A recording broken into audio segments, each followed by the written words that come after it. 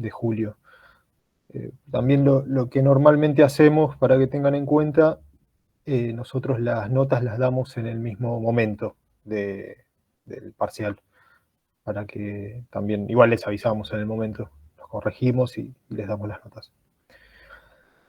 Y después les confirmo bien, pero también para que lo tengan en cuenta, puede ser que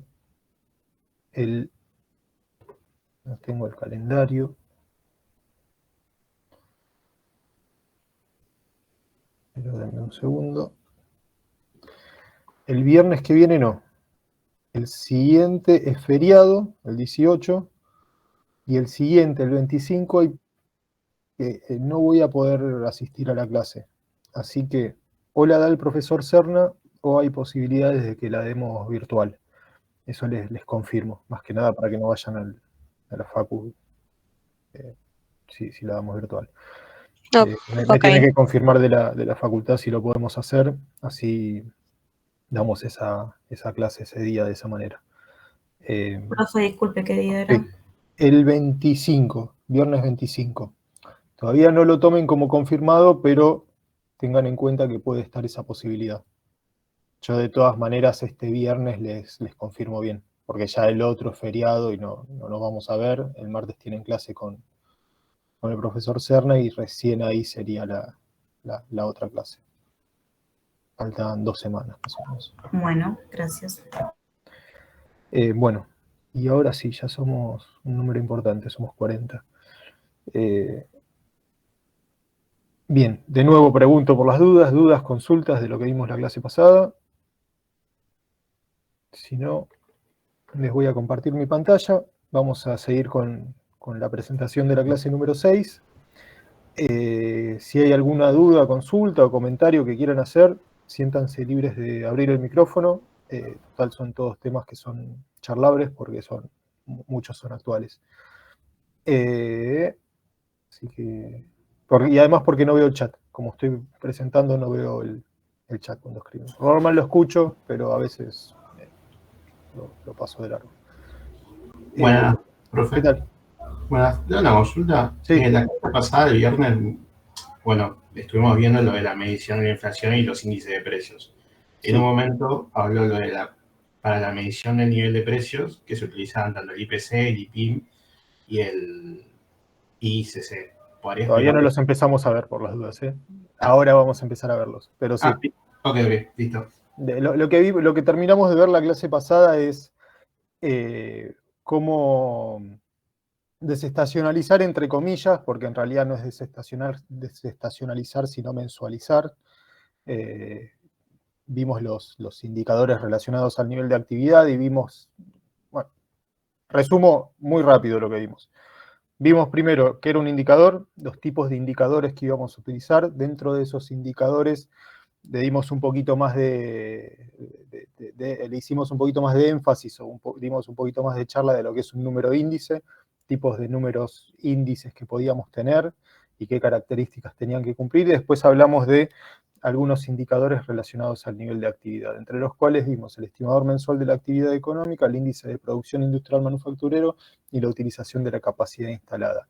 Los dos primeros, el estimador mensual de la actividad, el EMA, el estimador mensual de la actividad económica y el índice de producción industrial manufacturero, vimos que eran números índices. Dentro de esos números índices podíamos tener diferentes series, una serie original, una serie desestacionalizada y una serie tendencia o ciclo. Lo más importante ahí es que ustedes puedan, en principio, pensando en los tipos de índices, que puedan distinguir para qué sirve una serie original o directa y una serie desestacionalizada. Recuerden lo que era la serie desestacionalizada, que básicamente lo que hacía era excluir un poco estos efectos que podían haber de un mes en particular. Por ejemplo, las vacaciones de verano.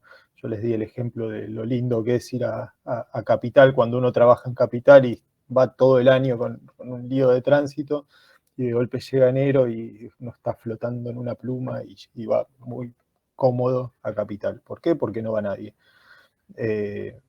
No sé si tan así, un poquito lo estoy exagerando un poco, pero la verdad es que es mucho más cómodo ir a Capital en verano, o por lo menos en enero, que en el resto del año. ¿Y eso por qué? Porque baja mucho la actividad por las vacaciones.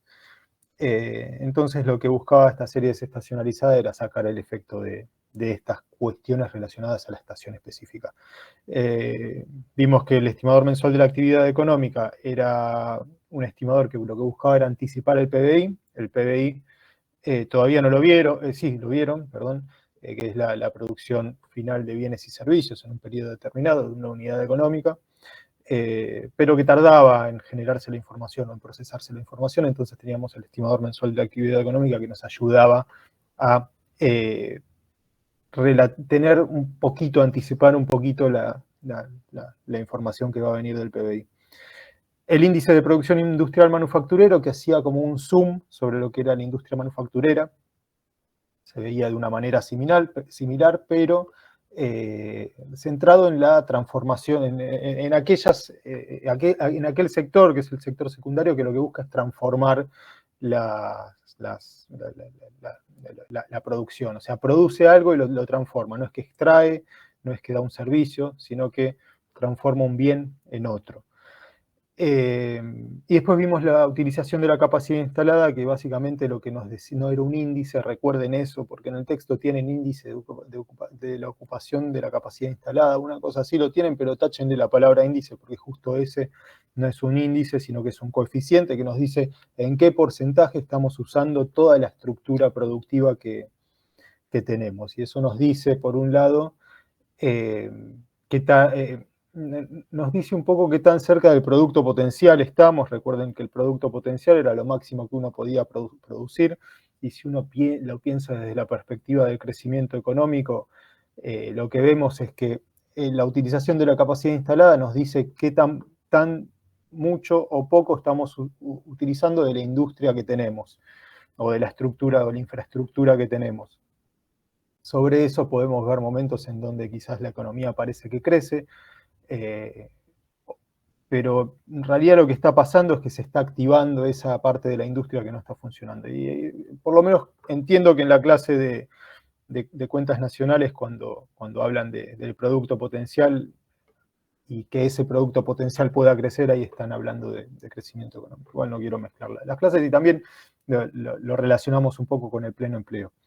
Y después de eso sí empezamos a ver precios, pero no llegamos a ver los indicadores en sí, sino que primero vimos cómo desestacionalizar de nuevo, entre comillas, porque no es una desestacionalización, sino es una mensualización lo que hicimos. Básicamente lo que hicimos es de una variación anual de precios, lo que hicimos fue mensualizarla. Después vimos los tipos de variaciones de precios que podíamos llegar a tener, o los diferentes fenómenos relacionados a la variación de precios, como es la aceleración inflacionaria, la desinflación, la deflación y la estanflación. Vimos que cada una tenía sus características. Y vimos, por último, lo que vimos es cómo pasar de valores corrientes a valores constantes. Recuerdan que valores corrientes eran los valores correspondientes a cada momento, a cada periodo, o sea, los precios de cada periodo, y valores constantes era tomar un año base y todos los precios, por ejemplo, los vamos a mantener en base a ese año base. Entonces vimos cómo deflactar, cómo pasar de los precios de cada periodo, en este caso los llevamos a precios de un año determinado, que creo que era el 2019, un ejemplo de un gasto público ficticio. Y hasta ahí llegamos, no llegamos a ver los indicadores en sí. No sé si, por las dudas, hice el resumen como para que todos estén en la misma hoja y sepamos dónde estamos. Ahora lo que vamos a empezar a ver es efectivamente el IPC, el IPIM y el índice del costo de la construcción, ICC.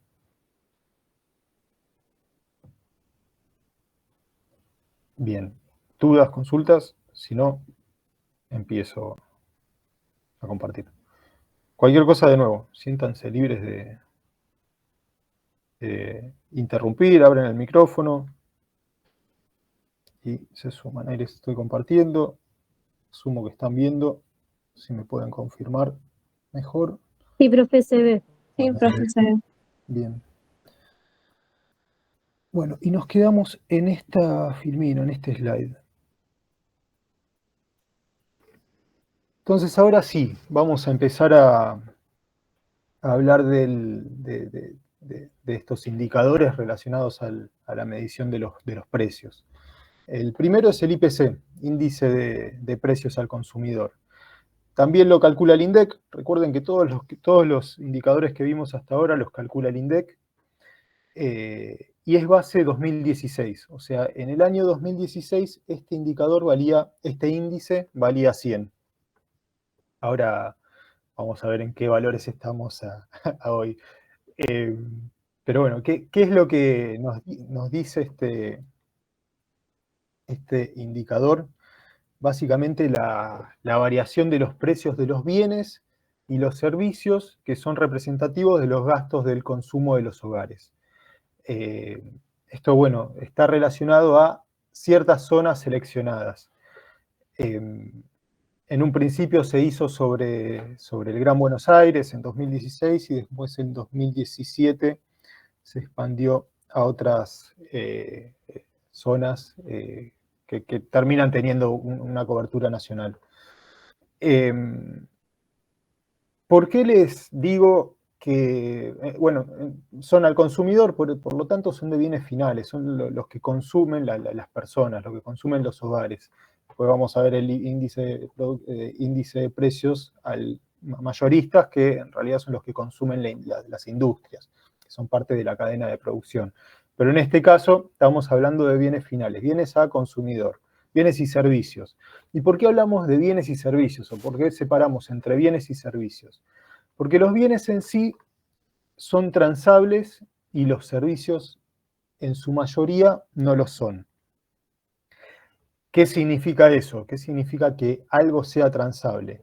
Que sea transable significa que lo puedo comercializar, lo puedo vender y lo puedo vender tanto en Argentina como en China, como en Estados Unidos, como en diferentes partes del mundo. Entonces esto significa que los bienes en su mayoría son importables o son exportables.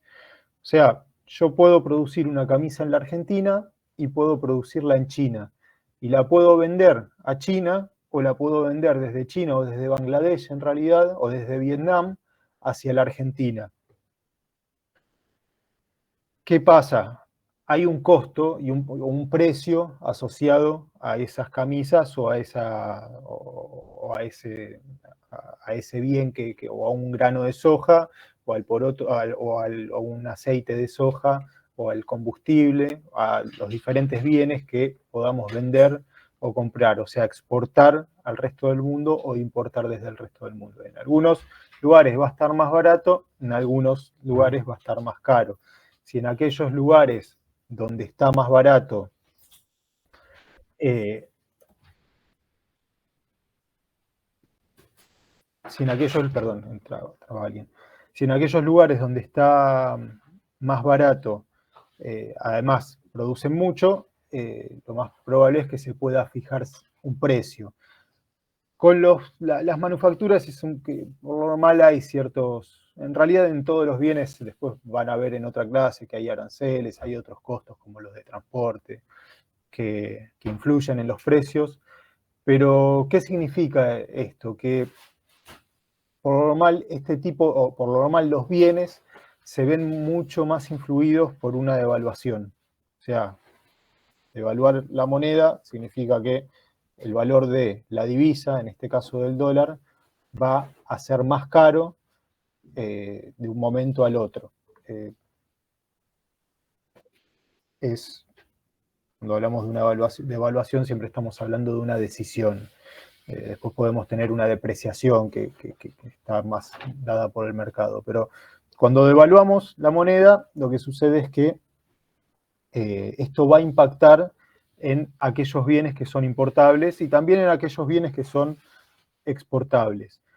Y los servicios también. Lo que pasa es que hay menos servicios que son importables o exportables. Yo creo que el otro día en clase hablábamos de, bueno, una camisa. Una camisa se puede vender desde China, se puede vender desde otro país del mundo y nosotros podemos vender una camisa a Brasil o a Perú y desde Perú nos pueden vender otro tipo de bien. Ahora, un corte de pelo, yo no puedo importarlo desde China. Todavía no está la opción de que aparezcan unas manos mágicas y le corten el pelo a uno. Uno va a ir y va a cortarse el pelo en la peluquería cercana, en la peluquería de confianza, pero no va a recibir una importación de un corte de pelo y tampoco va a poder exportarlo. Y lo mismo con un montón de servicios. El comercio, una gran parte del comercio se produce en la calle, se produce en los lugares de cercanía. Entonces eso no es algo que se pueda importar o exportar. La actividad inmobiliaria, todos los servicios, la gran mayoría de los servicios, obviamente que hay otros servicios que sí se pueden exportar o importar, los relacionados a las tecnologías, mismo hay muchos trabajos que hoy se hacen online para el resto del mundo, y son servicios que se exportan o importan, pero los servicios cotidianos, la gran mayoría de los servicios no se pueden exportar o importar. Entonces, acá lo que vamos a marcar es que en principio una evaluación o una variación del tipo de cambio va a impactar más en los bienes que en los servicios. Y por eso vamos a distinguir entre bienes y servicios. Eso por un lado. Después vamos a tener diferentes tipos de categorías. Vamos a tener primero categorías generales por tipo de bien o de servicio, que ahora las vamos a ver, pero vamos a tener otro tipo de categorías. Otra, si es bien y servicio, y también vamos a tener categorías por precios que son estacionales, precios que son regulados y precios núcleo. ¿De qué estamos hablando cuando hablamos de precios estacionales? Básicamente aquellos precios que suben o bajan por una cuestión estacional, lo mismo que vimos la clase pasada. O sea, algún momento del año en el cual estos precios van a subir. ¿Por qué? Porque va a haber mucha más demanda de esos precios. ¿Por qué? Porque es el mes en el que se demandan los precios. Entonces los útiles escolares en marzo se van a demandar mucho más y seguramente suban de precio. Si yo quiero alquilar un departamento en la costa atlántica en enero, me acuerdo en enero que me quiero ir de vacaciones y en enero lo quiero reservar, me va a salir mucho más caro que si lo reservo en agosto. O en septiembre, o en mayo, ¿no? O si lo quiero reservar mismo en un fin de semana largo, igual es algo mucho más puntual, ¿no? Que todo un mes. Pero me va a salir más caro porque por una cuestión estacional. Entonces, van a haber ciertos precios que van a ser estacionales y se van a separar, o sea, van a estar diferenciados dentro de las categorías del índice de precios al consumidor. Por otro lado, vamos a tener lo que son los precios regulados. ¿Qué es un precio regulado? Son bienes y servicios que el valor que van a ser bienes o servicios públicos. O sea, van a estar regulados por el Estado. El colectivo, la energía, el agua. Van a ofrecer diferentes servicios y diferentes bienes en algunos casos que el precio va a estar regulado por el sector público. Y por último vamos a tener lo que son los precios núcleo. ¿Qué son los precios núcleo? El resto de los precios. Aquellos que no son estacionales ni están regulados.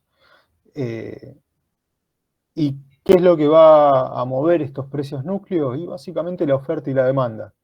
Ahí es donde quizás puede pasar, no sé, un mes determinado en donde la energía sube muchísimo, o algún precio que está regulado sube muchísimo porque por una decisión del sector público. Y quizás la tasa de inflación de ese mes en particular se dispara un poco.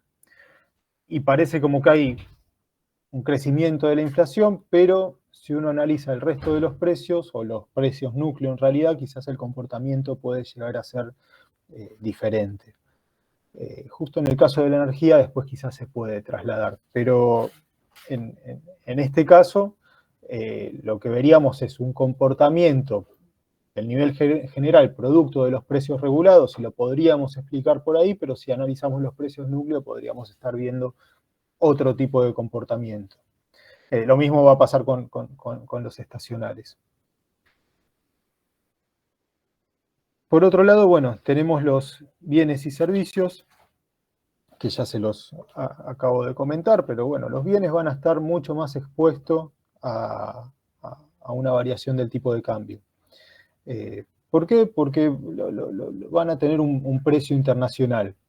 Puede ser más o menos el precio local por diferentes trabas a la importación, por diferentes impuestos, por diferentes factores, pero se van a ver influenciados por una devaluación o por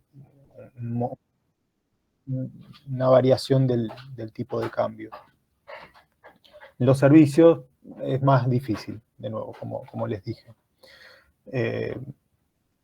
El otro ejemplo que no se los dije, pero que como para que lo tengan presente, si les pregunto algo al respecto en el parcial, es una camisa. De nuevo, una camisa se puede vender desde cualquier parte del mundo.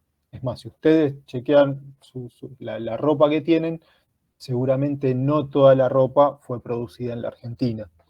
Ahora, si ustedes quieren llevar esa camisa a la tintorería para que les quede linda, no van a poder llevarla a una tintorería de cualquier parte del mundo. La van a llevar a la tintorería de su barrio. Eso es un servicio. Bien, ¿cómo estamos hoy? El IPC, fíjense, diciembre de 2016 valía 100, el nivel general. Después tenemos los diferentes tipos de bienes o servicios, alimentos, bebidas, prendas de vestir, viviendas, agua, transporte, comunicaciones, educación, restaurantes, hoteles. Fíjense que valía 100 en 2016, el número de índice, pero con la inflación que hubo, con las diferentes variaciones, fíjense que a febrero 25 está en 8.053 el nivel general. Después, bueno, fíjense que dependiendo los tipos de bienes o servicios, hay algunos que van a estar más arriba o más abajo el número de índice. Después tenemos las categorías como estacional, núcleo o regulados. Fíjense, los estacionales tienen un valor, los núcleos tienen otro valor y los regulados tienen otro valor. Y lo que son bienes o servicios. Bienes tienen un valor, servicios tienen otro valor. Ahora lo vamos a ver, pero por normal, después de una devaluación, los bienes van a crecer mucho más. Entonces, bueno, no lo tenemos acá el de principios del año pasado, pero a principios del año pasado iban a haber una diferencia importante. Bueno, pero acá febrero 24, fíjense la diferencia entre bienes y servicios. Había habido una devaluación en diciembre 2023.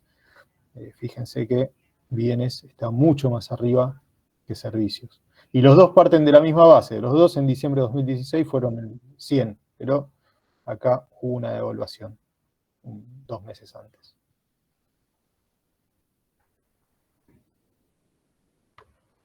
Bueno, acá si quieren ver la serie, acá está el Excel. Si no, pueden entrar a las estadísticas del INDEC y también lo pueden ver el último informe. ¿Dudas, consultas al respecto del IPC? No, profe, estoy bien. Bueno, bien.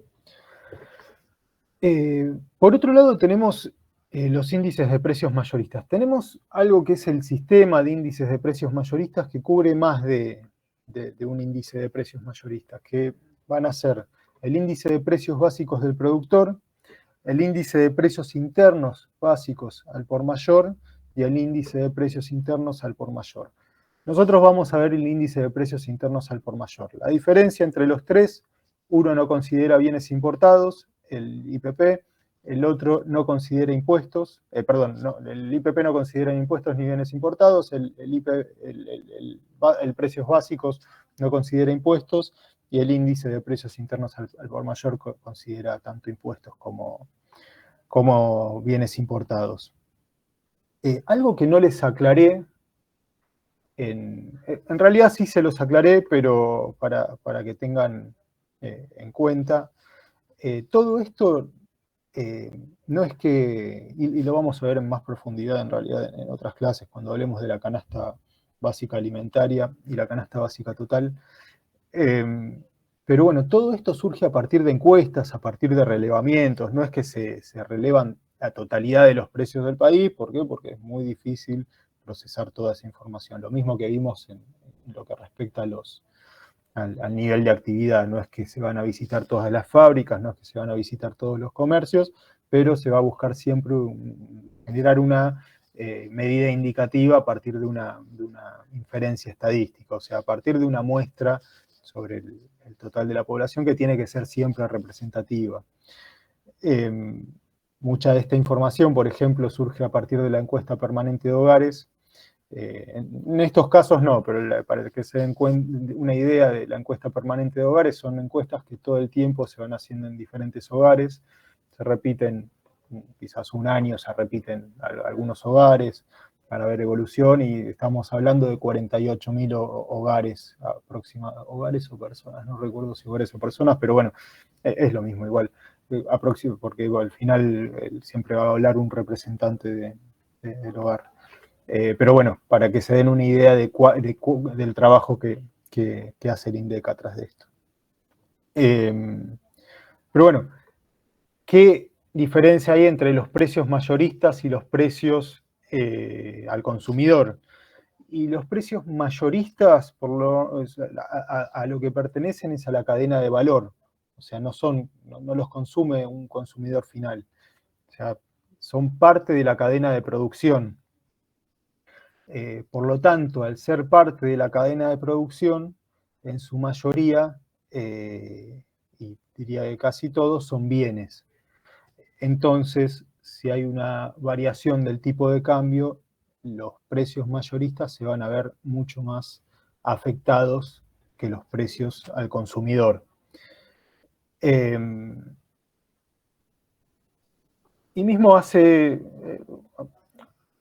El último año, que la inflación es uno de los temas de los cuales más se estaba hablando, se empezó a hablar un poco de los precios mayoristas. Se salía a decir, bueno, fíjense que los precios mayoristas crecieron menos que los precios al consumidor. Se empezó a hablar mucho desde se empezó a nombrar un poquito más a estos precios. Y ahora vamos a ver por qué. Acá también tienen, si quieren, acceso al último informe, que en este caso considera los 3 indicadores. Bueno, acá los tienen, mismo acá vemos las variaciones de los 3 indicadores. Tenemos un nivel general y acá lo que tenemos es que tenemos o sea, tenemos una apertura mucho más grande que en el IPC. Y ahora vamos a ver cómo se ve el Excel del IPIM, y van a ver que hay una apertura muchísimo más grande. Pero bueno, todo esto es cadena de producción, son los bienes o servicios, pero principalmente bienes que se destinan a la cadena de producción. Acá tenemos también un poquito más así es como se ve el informe. Y bueno, ya centrándonos un poco más en el índice de precios internos al por mayor, también los calcula el INDEC, en este caso la base es 2015, acá tienen el Excel con la última información, dice diciembre, pero trae toda la estadística completa.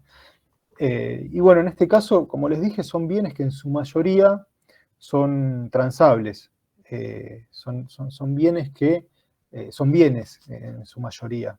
¿Por qué? Porque un servicio uno lo consume. Al final uno lo termina consumiendo. En cambio, los bienes forman parte de la cadena de valor. ¿Y eso a qué nos lleva? A un efecto que se llama pass-through o pasar a través de. ¿Qué es lo que nos dice el pass-through? Básicamente es la relación entre una devaluación o una variación del tipo de cambio y los precios. Por eso les hice mucho énfasis en la diferencia entre bienes y servicios, en cómo están compuesto el IPC, que tiene bienes y servicios, y en cambio el IPIM tiene mucho más bienes. Si aumenta el dólar, lo que va a pasar es que los precios van a aumentar. Eso se sabe, es este efecto, tiene hasta nombre y apellido en inglés. Ahora, el tema es cómo va a impactar esto en los precios. ¿Recuerdan diciembre 2023? una devaluación de un 100%, un poquito más.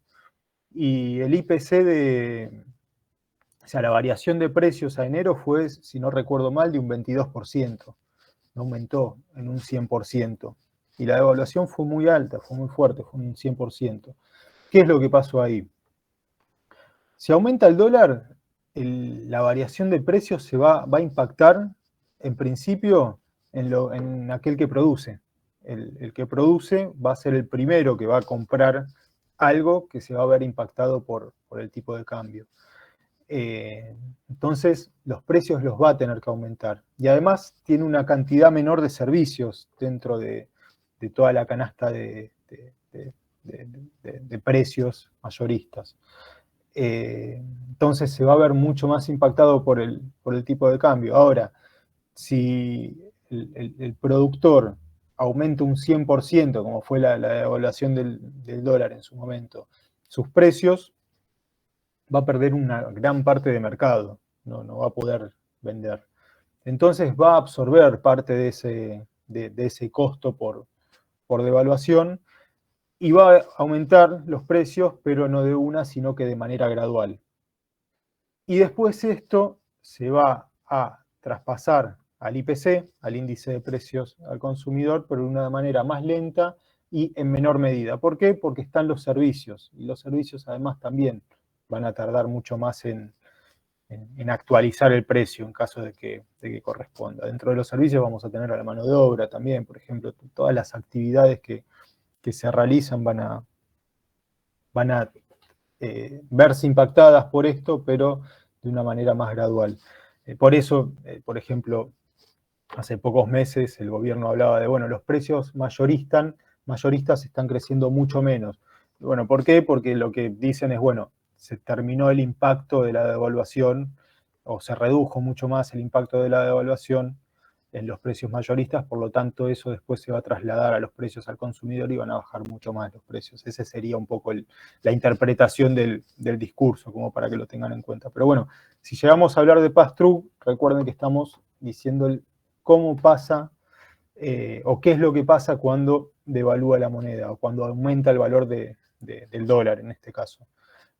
Y va a aumentar. Y hablamos del dólar, ¿por qué? Porque es la moneda de intercambio internacional. La mayoría de los bienes y servicios se compran o venden en dólares. O sea, un importador tiene que poder tener divisas, tiene que poder tener moneda de intercambio internacional, que es el dólar. Después más adelante van a ver el por qué esto funciona de esta manera. ¿Alguna duda o consulta? Bueno, acá tenemos el IPIM, el índice de precios internos al por mayor. Fíjense que tiene una apertura más grande y si seguimos, vemos que hay una apertura mucho más grande por todos los diferentes sectores de actividad y sigue. Y acá termina con energía eléctrica y productos importados. Y fíjense que el nivel general también estaba en 100 en 2015 y ahora está en 11.384. Esto lo que nos dice es que los precios desde 2015 hasta hoy aumentaron bastante. ¿Dudas, consultas?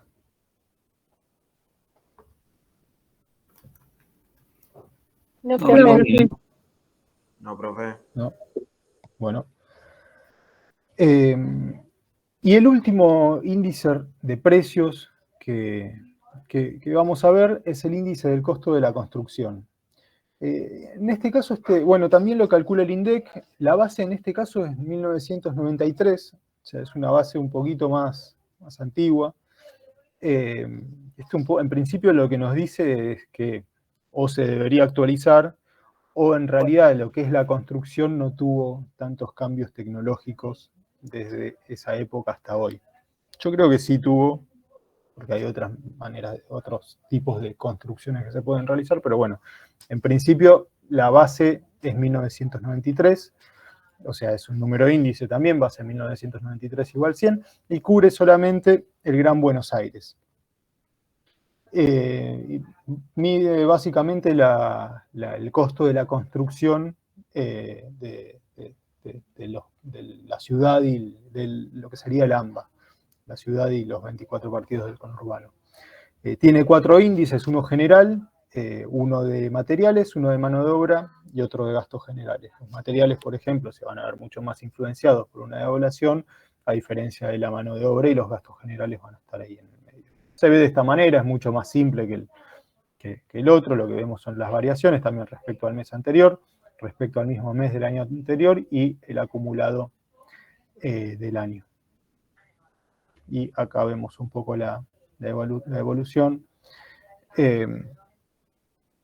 Y bueno, depende de varios factores este indicador. También tiene, bueno, depende de los momentos en los cuales se actualizan los convenios. Y bueno, básicamente es eso. ¿Alguna duda, consulta de precios o de actividad, que es lo que vimos la clase pasada?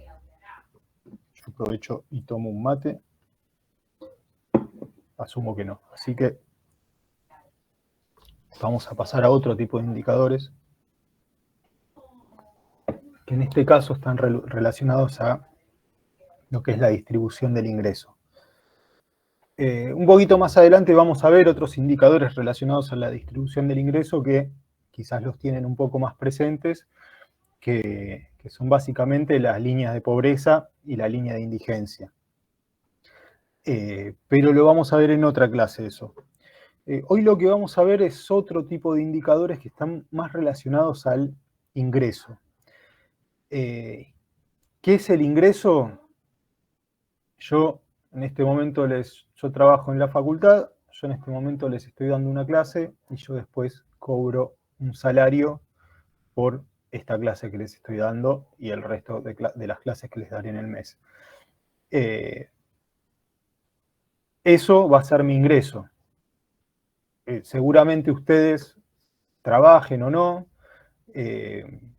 vivan con algún familiar que trabaje o no, pero algún tipo de ingreso van a recibir por su trabajo, por alguna renta que tengan, por algo, van a percibir un ingreso.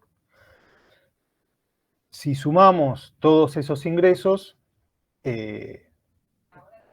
vamos a llegar a una contraprestación, entre comillas.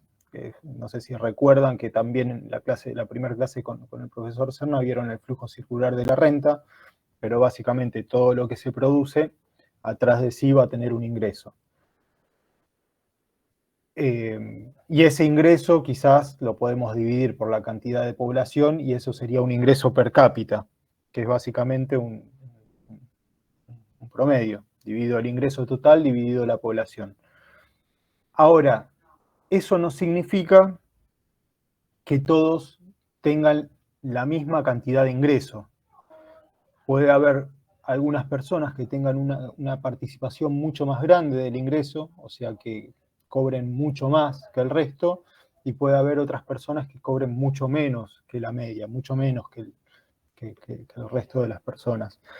Entonces, para esto, una de las... Y a no confundir entre lo que es el ingreso y lo que es el capital. El ingreso es una variable que es lo que se llama una variable flujo. ¿Qué es una variable flujo? Es una variable que todos los meses va, o sea, es una variable que todos los periodos va modificándose. O sea, ustedes van a tener el ingreso de enero, el ingreso de febrero, el ingreso de marzo, el ingreso de abril, o el ingreso del año 2024, por ejemplo. Y lo que es el capital es el stock, es la acumulación. Entonces ustedes quizás tienen un ingreso y todos los meses van ahorrando una parte de su ingreso. Llega fin de año y ustedes acumularon un stock de ahorro, que después quizás lo pueden invertir. Entonces ustedes tenían un ahorro y lo invierten en un plazo fijo. Y ahí empiezan a tener un stock, ahí empiezan a tener un capital. Puede ser también un automóvil, puede ser también un departamento, una casa. Eso es capital, pero no confundirlo con ingreso. El ingreso es esta variable flujo que todos los meses vamos a percibir en nuestro bolsillo, en mayor o en menor medida con respecto al resto de la población. Entonces, hay una manera de medir esta distribución del ingreso, que es la distribución por percentiles. Nosotros en realidad lo vamos a ver por deciles, pero no importa. ¿Qué es un percentil? Un percentil es una porción de un 1%.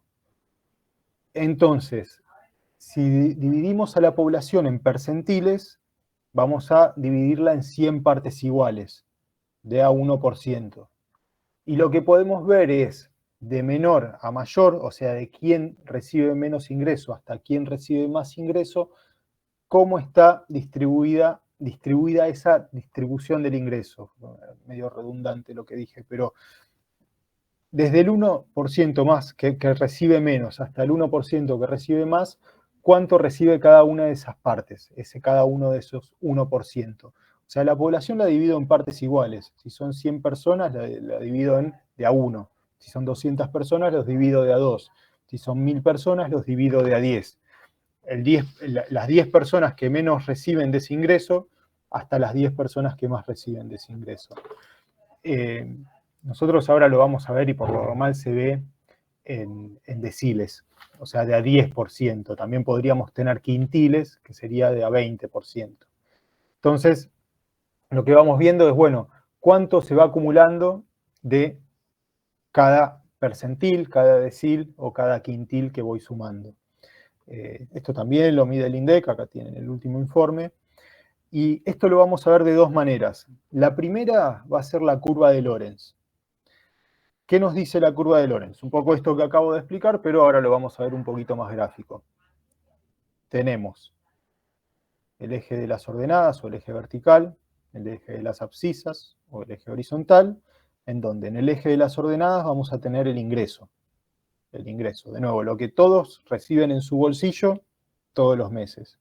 Entonces, ahí va a estar una señora que recibe su jubilación, un empleado de un banco que recibe su salario, un empleado de una fábrica que recibe su salario, un vendedor callejero que va a recibir, va a tener su ingreso en base a las ventas que realice, una persona que quizás no trabaja pero tiene departamentos y tiene sobre esos departamentos recibe los alquileres, o sea, recibe una renta, por lo tanto recibe diferentes ingresos a partir de esas diferentes rentas, un productor agropecuario que produce cierto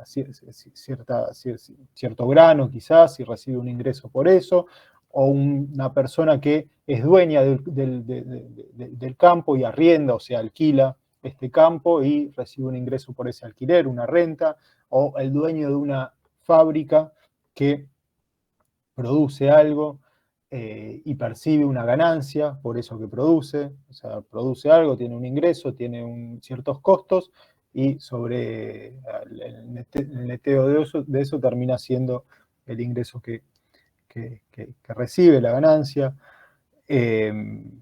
y las diferentes actividades o generadores de rentas que se les pueda ocurrir.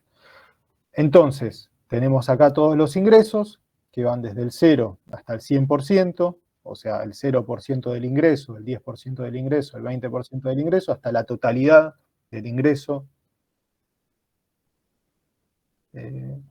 Perdón, me sonó como que entraba alguien, pero no. Hasta la totalidad del ingreso de una unidad económica. Y después tenemos la población en el eje horizontal, que la vamos a dividir, en este caso, en deciles. O sea, el 10% de la población, el 20% de la población, el 30%, hasta llegar al 100%. Entonces, acá tenemos el 0% de la población. Acá tenemos el 10% de la población y vamos a tomar la línea verde, o sea, cualquiera de las tres líneas es válida. Ahora las vamos a analizar a las tres.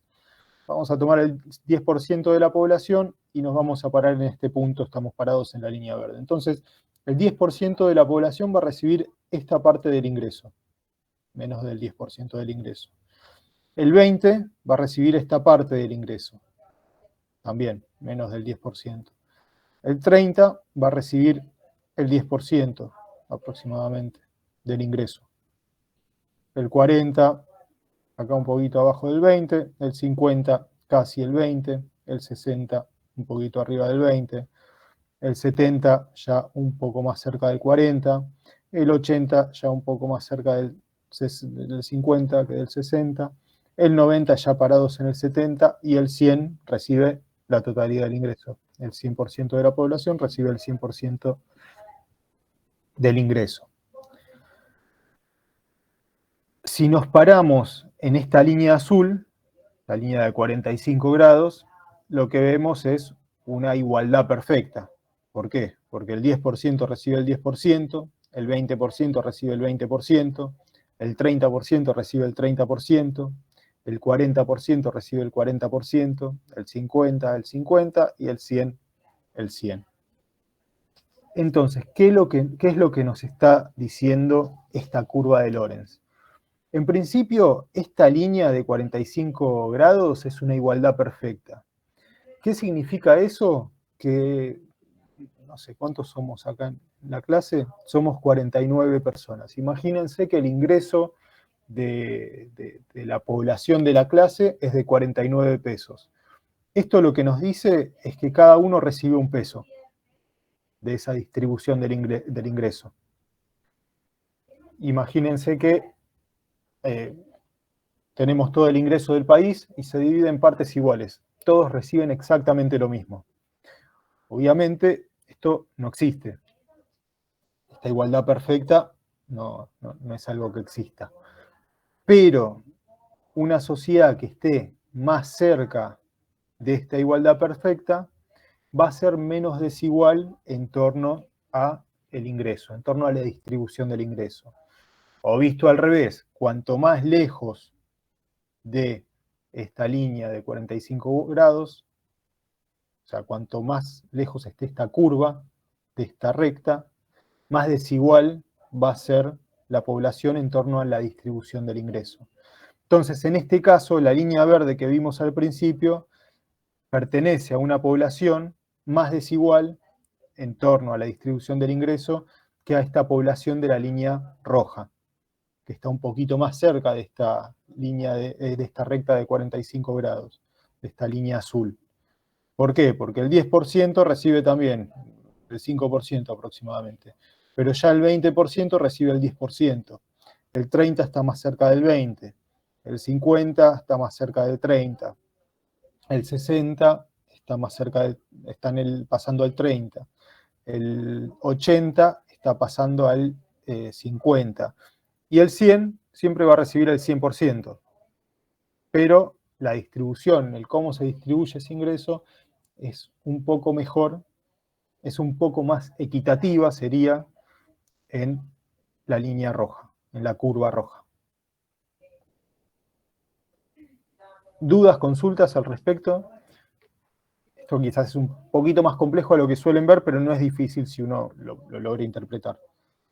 Y si yo logro transmitírselos bien. ¿Se entiende lo que... Sí, profe, ¿sí? se entiende. Si alguno no... Perdón. Si alguno no lo entiende, dígamelo y lo vemos de nuevo, lo explicamos las veces que sea necesario. ¿Sí? Bueno. Bien. Entonces, esta es la primera medida de distribución del ingreso. De nuevo, no estamos hablando de stock, no estamos hablando de capital. El capital es algo que se acumula y lo van la clase que viene con el profesor Serna van a hablar de capital y de ingreso. Y tampoco estamos hablando, porque en alguna ocasión también pueden llegar a escuchar que se hable de desigualdad estructural. La desigualdad estructural es otra cosa y está más relacionada a otros factores, no solamente al ingreso, sino a, por ejemplo, poder acceder a educación, a un colegio, o poder acceder a sanidad, a cloacas, o poder acceder a un hospital. Eso sería desigualdad estructural. Entonces, en este caso, estamos hablando 100% de distribución del ingreso. Eso ténganlo en cuenta porque puede llegar a haber alguna pregunta también relacionada a esto y se pueden llegar a confundir entre los tres conceptos, entre lo que es ingreso, entre lo que es capital y entre lo que es desigualdad estructural o estructura. Bien, y otra manera de medir la distribución del ingreso es a través de un coeficiente, que es el coeficiente de Gini. Quizás el Gini lo escucharon un poquito más porque es más fácil de mencionar porque básicamente es un coeficiente. Un coeficiente, o sea, un número que va a ir de 0 a 1. El 0, bueno, voy acá mejor, va a ser la línea de 45, que en el otro gráfico estaba azul, esta recta, bueno, acá ahora está verde. Bueno, esta línea de perfecta de igualdad va a ser, en el coeficiente de Gini, va a estar representado por el 0. Entonces, si yo les digo un coeficiente de Gini igual a 0, vamos a estar hablando de una igualdad perfecta. Que como dijimos no existe, pero es una línea de referencia. En el caso del Gini es el 0. Y si hablamos del 1, vamos a hablar de esta línea que está acá, que parece en realidad el marco del gráfico, pero en realidad es la línea de desigualdad total. ¿Qué significa eso? Que uno solo se apropia de todo el ingreso. Pero seguimos siendo 49. Sí, qué bien. Sí, siguen ahí, qué grandes. Bueno, somos 49, ahora yo solo recibo el ingreso, ustedes no reciben nada. 48 no recibe nada, 1 recibe todo el ingreso. Entonces, esto sería la línea de desigualdad total. Obviamente, esto tampoco existe, o no debería existir, a menos que uno viva en Arabia Saudita o alguno de esos lugares, pero tampoco sucede de esa manera. Pero sí lo que va a tener es un coeficiente que va a ser más cercano a 0 o más cercano a 1. Si un coeficiente es más cercano a 1, es un coeficiente de Gini que tiende a una desigualdad mayor, a diferencia de uno que está más cercano a 0.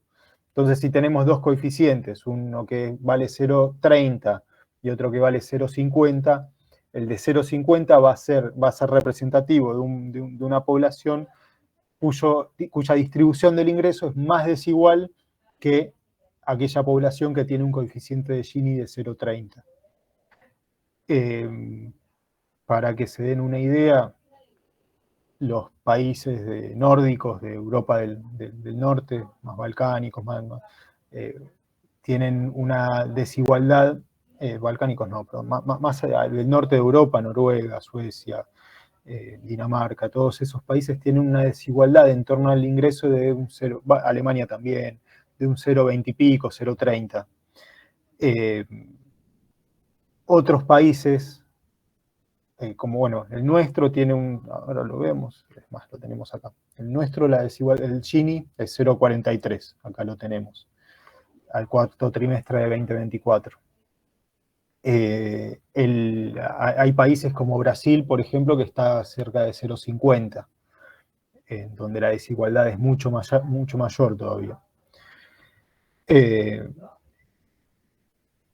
Después, bueno, seguramente vean muchas discusiones en torno a si el Gini, cuánto sirve, cuánto no sirve, hay muchos cuestionamientos. Mismo una de las bibliografías que tienen, que van a ver en varias clases, es la de Thomas Piketty, el capitán del siglo XXI. Él no utiliza el Gini, y él analiza la desigualdad, y él lo que hace es trabajar con el análisis directamente por deciles, o por percentiles, dependiendo de lo que haga.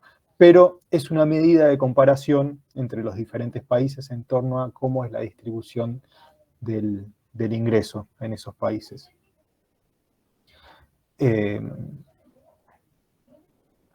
Y acá, bueno, ¿alguna duda o consulta con respecto al Gini? No, por ahora no. Bueno, acá tenemos también la última información del INDEC. Fíjense, el Gini al cuarto trimestre de 2024, 0,43, como les dije.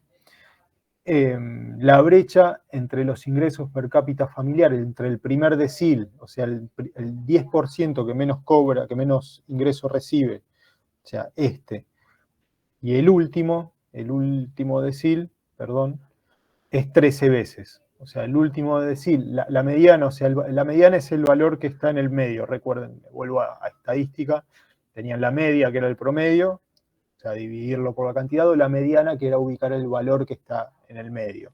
La mediana del primer decil es 13 veces menor que la del último decil, también al cuarto trimestre de 2024. Y acá tenemos también, bueno, esto es un informe del INDEC, cuadro número 1, la población según escala de ingreso per cápita familiar, total 31 aglomerados urbanos, cuarto trimestre de 2024.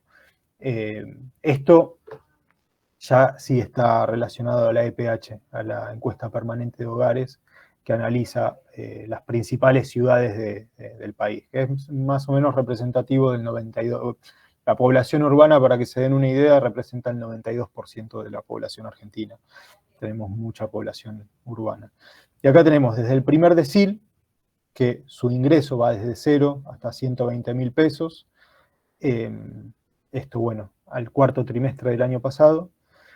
Y fíjense, la población por decil, fíjense que es casi, puede haber pequeñas diferencias, pero es casi la misma población. O sea, es la población dividida en partes iguales, en 10 partes iguales.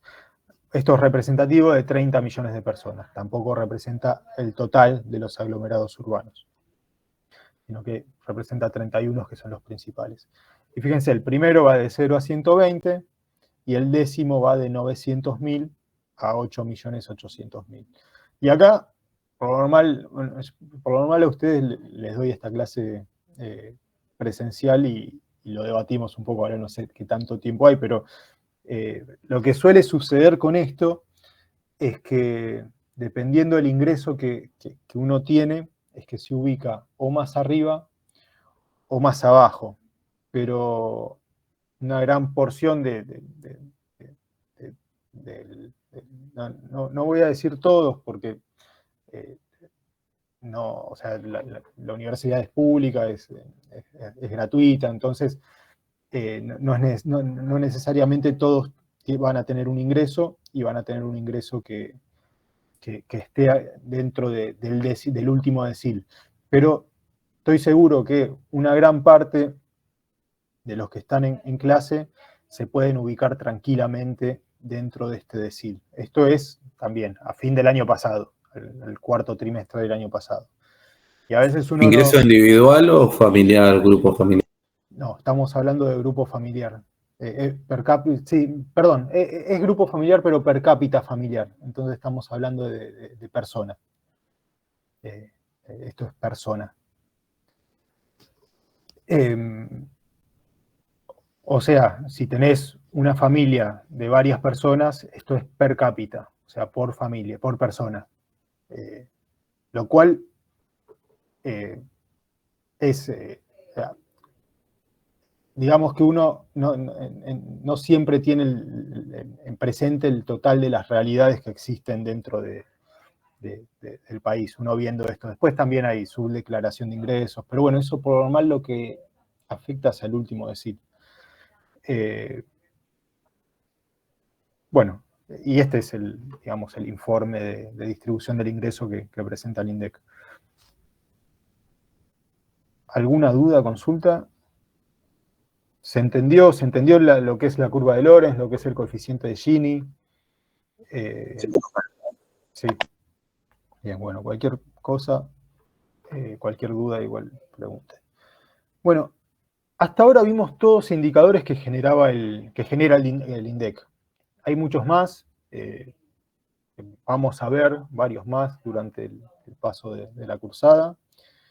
Pero no, el INDEC no es el único organismo que genera indicadores. ¿Sí? Genera muchos, pero hay otro tipo de indicadores, como por ejemplo los indicadores monetarios, que en este caso la autoridad que se encarga de todo lo relacionado al sistema financiero y todo lo relacionado a la moneda es el Banco Central.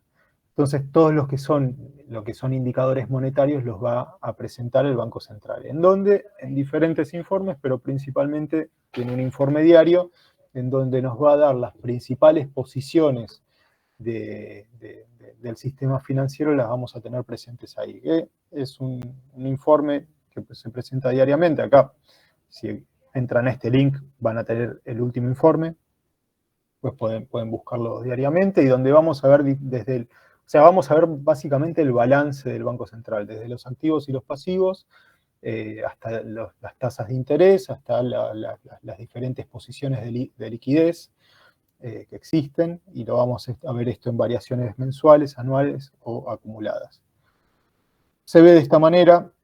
De todas maneras, no nos vamos a meter mucho en este tema en esta clase. ¿Por qué? Porque después tienen una clase de sector monetario. Pero bueno, vamos a ver cuál es la base monetaria, cuál es la circulación monetaria, cuáles son los billetes y monedas en poder del público y los billetes y monedas en entidades financieras. Podemos ver los activos o pasivos del Banco Central, por ejemplo las LELIQ, pero bueno, ya esto está en cero, pero en su momento se habló mucho de esto.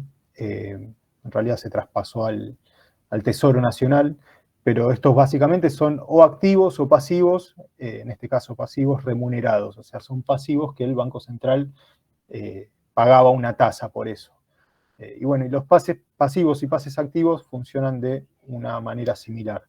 ¿Qué son los pases pasivos y los pases activos? Básicamente son los créditos a corto plazo que el Banco Central le da o recibe de las entidades financieras. Esto también, fíjense que está en cero. Porque básicamente se están reduciendo muchísimo las posiciones del Banco Central. Pero esto, si uno lo analiza en conjunto, todo el sector público, uno va a ver que esto un poco se está traspasando al Tesoro. Bueno, acá también seguimos viendo las reservas internacionales del Banco Central. Estas son reservas brutas. Acá tenemos todas las variaciones de estos conceptos, un poquito más adentrados. Acá tenemos los préstamos al sector privado, en pesos y moneda extranjera, los depósitos, también.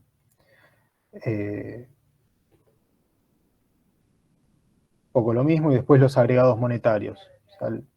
O sea, qué grado de liquidez hay en torno a los diferentes depósitos que hay en el Banco Central. Entonces, desde M1, que es el más líquido, hasta M3, que ya consideramos un plazo fijo, por ejemplo, en donde ya no tenemos tanta liquidez. O sea, ¿qué significa que sea algo más líquido o no? Significa que lo puedo retirar instantáneamente en el momento de mi caja de ahorro, en mi cuenta corriente. Un plazo fijo, tengo que esperar hasta el vencimiento del plazo fijo, por ejemplo.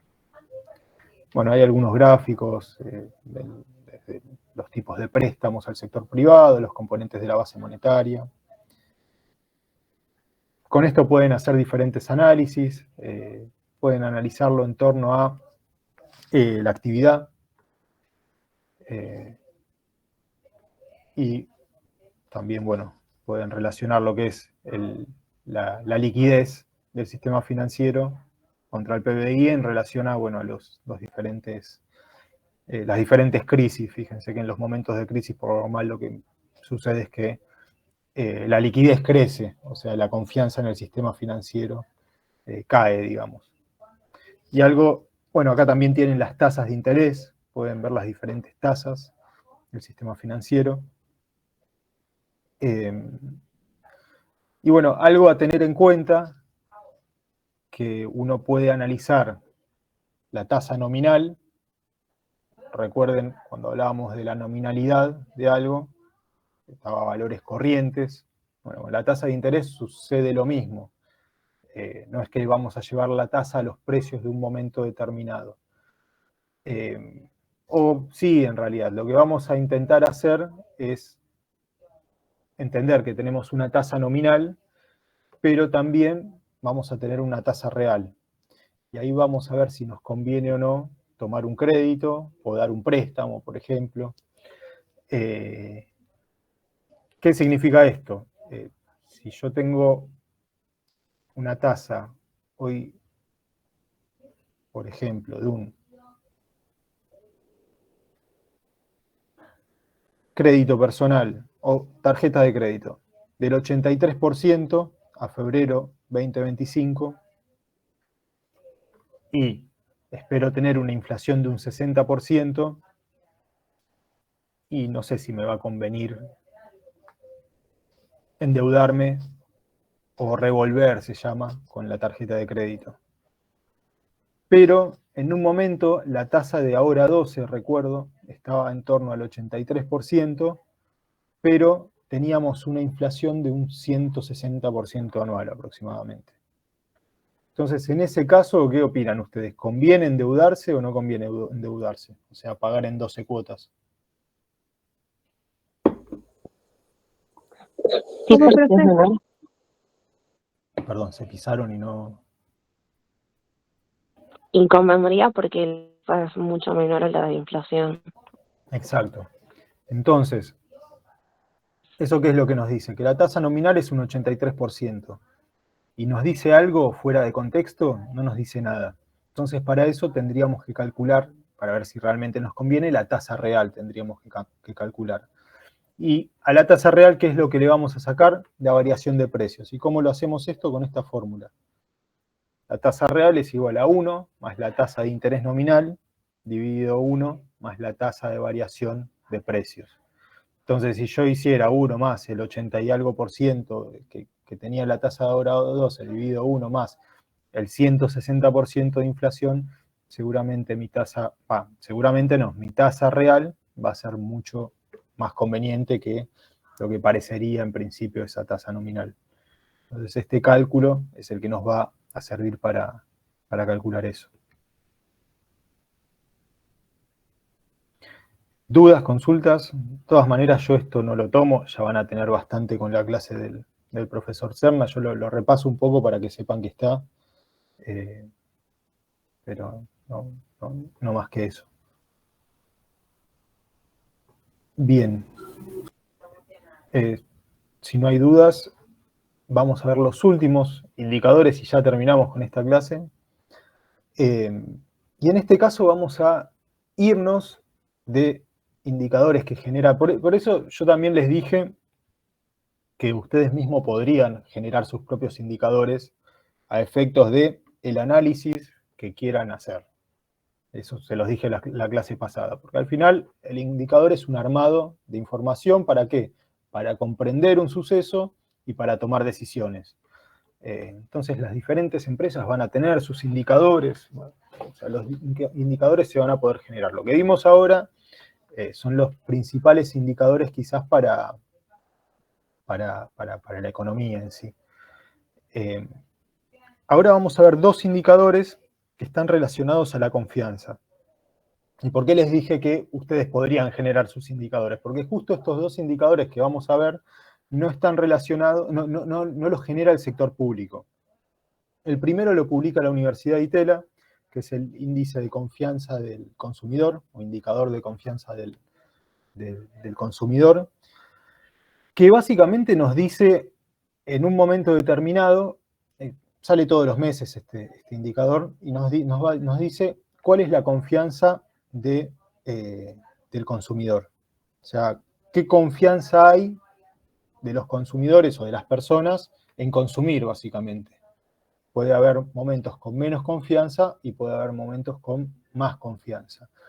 Y esto, si recuerdan la clase que tuvieron con el profesor Serna, estoy seguro que se los dijo porque además está en el texto, había en el consumo, cuando vieron la ecuación macroeconómica fundamental, o sea, el PBI o el ingreso es igual al consumo, más la inversión, más el gasto, más las exportaciones, menos las importaciones.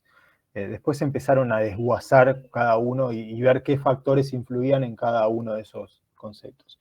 Y cuando hablaron de consumo, una de las de los factores que iba a influir en el consumo era el ingreso, porque uno tiene que tener un ingreso disponible después del pago de impuestos, pero también uno iba a tener un ingreso esperado, que iba a estar relacionado a la confianza. Si uno no confía que va a tener un ingreso en el futuro, lo más probable que suceda es que uno va a empezar a ahorrar y va a intentar reducir los consumos lo más que pueda. Bueno, este índice de confianza del consumidor lo que busca es mostrar eso. Y fíjense que tiene variaciones en la Argentina desde el 99, bueno, esto está desde el 99 al 2019, ahora lo vamos a ver actual, pero fíjense que tiene variaciones importantes. Dependiendo los momentos políticos, influyen mucho. ¿Por qué? Porque atrás de eso va a haber una decisión de política económica y la economía argentina tiene fluctuaciones en torno a la política económica, en torno a la macroeconomía, o sea, en torno a los agregados macroeconómicos, o sea, en torno a los agregados económicos. Y bueno, fíjense que tiene mucha fluctuación este índice de confianza. Bueno, acá lo tenemos un poco más actual. Este es el último, por lo menos hasta hace unos días, era el, decía, marzo 2025. Tengo anotado que es de la Universidad de San Andrés. ¿Hay otro? Puede ser, este es de Itela. Universidad de Torcuato de Itela. Pero puede ser que la Universidad de San Andrés esté generando alguno también. Sí, la clase del profesor creo que dio uno de San Andrés. Ah, bueno, en este caso es de la de Itela. En la clase de indicadores lo tienen como de Itela y bueno, yo el que les bajo es de la de Itela. Y bueno, fíjense también cómo la confianza del consumidor se va modificando, va variando. Acá también, antes de una situación en 2018, en realidad crisis económica, después variaciones. Acá tenemos un también impacto muy fuerte por la posible, por la posible devaluación, o en realidad más que posible devaluación, acá fue el momento en donde toda la gente iba a comprar preelecciones, iba a comprar más que nada línea blanca. ¿Por qué? Porque también la tasa de interés estaba baja en relación a la inflación y lo que se esperaba es que algo iba a pasar, o una devaluación, o un aumento de la tasa, o algo que en el futuro no me permita consumir. Entonces, acá estaba como mucho más fuerte el índice de confianza del consumidor y después bajó y de a poco empezó a subir y ahora está cayendo de nuevo. Y esto se puede dar por situaciones personales, por una situación personal que significa hay desempleo. Y bueno, si yo tengo miedo de quedarme sin trabajo, no voy a consumir. Pero también puede darse por una situación macroeconómica. Está todo muy inestable y la verdad es que no quiero consumir en este contexto. O va a haber una devaluación y no voy a poder pagar después las cosas. O van a aumentar las tasas de interés y no voy a poder pagar después las cosas. Y después, bueno, en torno a ya bienes durables inmuebles, ya, o sea, en torno a consumir algo mucho de gran valor. O sea, esto es una apertura que hay, después hay aperturas por regiones. De nuevo, uno puede armar y analizar la información yo acá les agregué estos cuadros como para visualizarlo un poco y abrirle un poco. En el texto lo tienen igual simplificado a esto. Y bueno, pero bueno, es un indicador que genera una universidad y nos dice un poco cómo evoluciona lo que sería el consumo, el ingreso esperado, podríamos decir. Eso por un lado. Y después, otro indicador que es importante y tiene un impacto mucho más grande en la economía como la nuestra, es el riesgo país. El riesgo país es un indicador de confianza, que lo publica un privado, lo publica la JP Morgan, la banca Morgan, y básicamente lo que nos dice el riesgo país es cuál es la diferencia entre un bono local y un bono de los Estados Unidos. ¿Y qué les estoy diciendo acá? Básicamente, ¿cuál es la diferencia de un rendimiento que tiene que darse localmente y el rendimiento de un bono de los Estados Unidos? ¿Qué significa un rendimiento? O sea, la plata más que tiene que pagar un bono local con respecto a los Estados Unidos. Y si hablamos de un bono local, un bono local o sea, un bono es un título que el sector público va a colocar en el mercado, o sea, es cómo se va a financiar el sector público. Y si hablamos de financiarse, por normal los bonos van a tener diferentes estructuras, no nos vamos a meter en eso, pero cuando hablamos de un rendimiento y hablamos de financiarnos, lo más fácil que se nos va a venir a la mente es la tasa de interés. Entonces, como para simplificarlo esto, lo que nos va a decir el riesgo país es cuánto más tenemos que pagar la tasa de interés con respecto a la tasa de los Estados Unidos, de un bono de la Fed, de la Reserva Federal a 10 años. Pero básicamente son los puntos adicionales que le vamos a tener que sumar a la tasa de los Estados Unidos para que un activo argentino sea rentable. Van a influir otros factores también, como el riesgo de devaluación, pero en principio el riesgo país es el riesgo de que Argentina no te pague, entonces por eso le vas a tener que agregar unos puntos adicionales. Entonces cuando se habla del riesgo país que está en 600 puntos básicos o 900 puntos básicos, son básicamente puntos adicionales de tasa de interés que le vamos a tener que agregar. Entonces, de nuevo, esto es, lo van a encontrar como el Envy Plus. Yo lo agregué, no haré la última info en cuánto estaba. Pasa que esto tiene mucha fluctuación y yo les dije recién 600 puntos básicos, pero creo que ahora con todo el tema de sí, ya subió los 1000. Ya está, sí, ya se pasó un poquito. Pero bueno, hace un mes estaban 600 más o menos. Hace un mes, no, hace pocos días estaban 600. Pero bueno, sepan que el riesgo país va a influir en nuestra tasa de interés. Y van a ser puntos adicionales de tasa que vamos a tener que dar con respecto a la tasa libre de riesgos, entre comillas, de un bono de los Estados Unidos a 10 años. Bien, ¿alguna duda o consulta? Ahora sí, ya terminamos con la clase y ya estamos casi en horario, así que dentro de todo bastante bien. Dejo de presentar. Bien, ¿dudas, consultas, comentarios? No, profe, perfecto todo. Bien, 47. Perdí a 2 en el camino, pero para hacer un... O sea, ustedes, estamos en martes, pero yo los veo como la clase del viernes a la noche presencial en la universidad, son un montón, así que estoy re contento. Pero bueno, ¿dudas, consultas? No, profe. No, profe. ¿Estamos bien? Bueno, yo la presentación ya se la subí. Y bueno, nada más. Nos estamos viendo el viernes. Si llega a ver ¿qué unidad veremos el viernes para poder imprimirlo? Sí. El viernes vamos a empezar a ver la unidad número 5. La clase número 8. Vamos a empezar a meternos en lo que es la estructura productiva. Vamos a hablar de algo de geografía económica y algo de recursos naturales.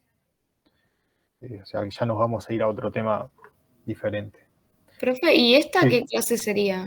Esta es la clase número 6. Ok. Esta es la unidad número 3, clase número 6. Gracias. Con el profesor Serna van a seguir viendo la unidad 1, bueno, van a ver crecimiento económico la próxima clase, y después toda la unidad 2, que son los sectores macroeconómicos. Van a ver sector público, sector monetario, sector externo, sector monetario y sector público, si no me equivoco en ese orden. Así que bueno.